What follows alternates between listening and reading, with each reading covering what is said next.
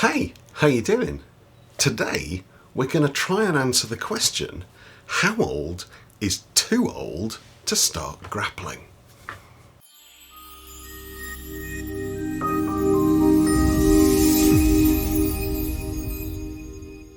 Before we go on to actually answer the question, I kind of want to explain why it is I'm making this video, and the answer to that is pretty much twofold. The first is because I am an older grappler and I didn't start grappling young. Even catch wrestling, which I was doing 10 years ago, I was in my 30s when I discovered it.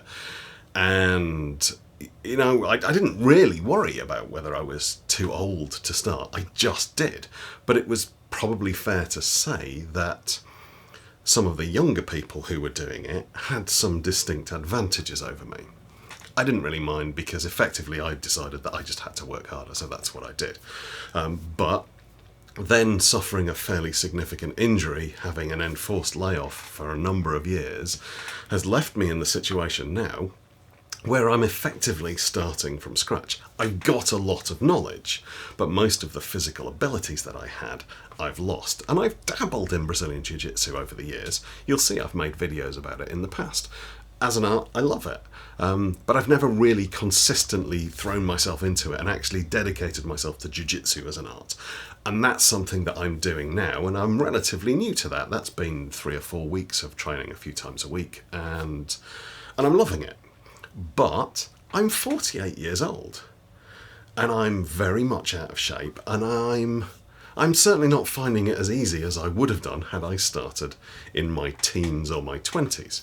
So having that personal experience puts me in a situation where I feel I can answer the question fairly accurately and honestly. The second reason is that a lot of people have made videos answering this question, but they're made from a very different perspective. They seem to be made from the perspective of the experienced grappler, the grappling coach, the instructor, the 2nd, 3rd, 4th degree black belt, who is answering on behalf of somebody that's asked them the question. And I think that gives you a very different perspective on that. And they've got a slight conflict of interests because as the instructor, they want you to come grappling with them because the more people that come and grapple with them, that learn in their school, the more money they make. Whereas I clearly don't make any money from grappling, I spend money to grapple. The other thing I have to say before we move on to actually answering the question is that a lot of the people asking this question seem to be people in their 20s. And I'd just like to say, as a chap in my late 40s, if you're in your 20s and you're asking yourself, am I too old to start grappling? I'd like you to pause this video, go and get in your car, drive to the nearest grappling school and just do it. You aren't, just get on with it. And with that said, let's look at answering the question itself. The simple answer, the short, the too long didn't read version is, no, you're not too old to start grappling. Just get on with it. But there's a little bit more to it than that. Let's look at some of the context around that, because obviously as an older person starting grappling, you're going to have a different experience from those younger people who are starting grappling. And there are some hurdles that you may well come across and have to clear that other people younger than you might not. The first is the physical ability. There's no denying that as you get older, physical things start to get harder to do. Physical skills get harder to learn, and recovery times tend to grow. I've definitely found that when I was training in my 20s, I'd get up the next day and I'd be like, oh, bit achy, that's great, let's go training again. Whereas in my late 40s, I lie awake half the night going, oh my God, I need to roll over and I can't, it hurts too much. I get up the next day and I effectively live off coffee and ibuprofen. Recovery takes a lot longer. So you have to be a little bit more gentle with yourself and you have to train a little bit smarter. But the more you do something, the fitter you get, the more match fit you are, if you like, then the faster your recovery will be. And as long as you're aware that in effect you're training in a different way and you recover in a different way from the way you used to when you were younger, then great, go for it. But be aware, because it can be quite a shock.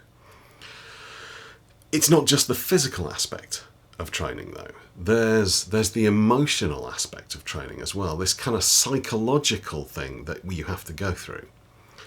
In general, if you're an older person looking at taking up something like jiu-jitsu or wrestling or judo, then you've probably done something relatively active in the past. And if you have, that might give you an advantage physically, but it might be a disadvantage mentally, because at the age of 48, I've got a lot of experience in martial arts. I've got a 4th degree black belt from the British Combat Association. I've taught people all over the world. People have paid to fly me around the world to teach for them. I've got a bit of ego. You know I'm pretty good. But the fact is, when you walk into that training hall, that Brazilian Jiu-Jitsu gym or that catch wrestling gym for the first time, you know nothing. And that step for an older person who's been successful and has been, at the top of their game, to suddenly be the lowest of the low can be quite jarring, and that can be quite a difficult thing to overcome. So again, you need to be aware of that. And that's the same whether perhaps you've never done anything athletic in the past and you're starting this, from scratch. This is the first thing you've done. You want to get fit, you want to do something, you want to learn a new skill, something that's going to help build your confidence, make you fitter, and make you more able to protect yourself. Brilliant, good for you. But, at the age of 40, 50, 60, you've probably been relatively successful in life. At work, you're probably relatively senior. In a grappling gym, you're not going to be. And that can be quite a difficult step to take. So you need to be aware that the stories you tell yourself about who you are going to have to change a little bit. And there's absolutely nothing that builds humility more than having your face ground into the dirt by somebody 30 years younger than you. Not that the mats should be dirty, but, we've all seen things on the mat when our faces are there we've wished we hadn't seen. So it's not just the physical side, there's the emotional, psychological side as well. But the other thing to bear in mind is that there's a social aspect to this as well. Because if you're in your 40s, if you're in your 50s, your 60s, you've probably got a family. You've probably got kids. Maybe they've grown up. Maybe the kids are a little bit more independent. They've got going off doing their own things. And that's why you're considering doing this. But maybe not. Maybe you're skipping the kids' bedtimes to go training. You've got to fit training sessions around your life. And you're likely to have a lot more commitments. Maybe you run your own business. Maybe you work late most nights and getting to training's tricky. So actually fitting things in can be difficult, but you do have to commit. But the problem with that is that it's really easy for these things to become reasons not to train. And I know I love grappling. I loved wrestling when I was doing that regularly. And I know that every single time I go training in Brazilian Jiu-Jitsu, I adore it. It kills me. And it's it's an amazingly difficult thing to do, but the sense of achievement after doing that is huge, and going is just an amazing thing. Yet I still, even knowing that, 2 or 3 hours in the run-up to a session, there's still a little voice in the back of my head saying, you've got some work to do, maybe you should just do that, just stay in the office. You've got videos that need editing, you've got stuff to write, you've got reports to create, you should get on with that. Oh, it's not really fair to leave your wife to look after the kids, maybe you should stay at home. And I know this is just a little bit of me that doesn't like pushing myself, that kind of latches on to anything. Oh, it's quite a long drive, maybe we'll just give it a miss this time. Fuel prices are going up, So that's something especially the older grapplers have got to look out for a little bit more, because we've got more reasons. Our brain, that voice that tries to stop us, can find more reasons to. So be aware of that. And yeah, if you can cope with the fact that you're physical challenges are going to be different, greater. Your emotional, psychological challenges are likely to be greater, and your social challenges are likely to be greater.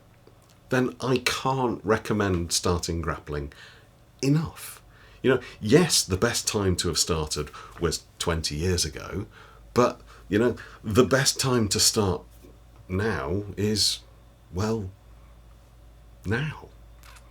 So yeah, go out, do it, give it a try. Most schools, most gyms will offer you a free session. If you want to go along, give it a try, have a chat to a few people.